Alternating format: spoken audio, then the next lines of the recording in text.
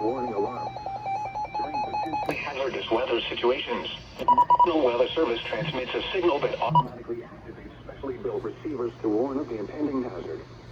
Tests of the receivers are normally conducted by the National Weather Service every Wednesday at 12 noon. When there is a threat of or existing severe weather in the area on Wednesday, the test is postponed until the next day without a severe weather threat. The following tones will conclude this test.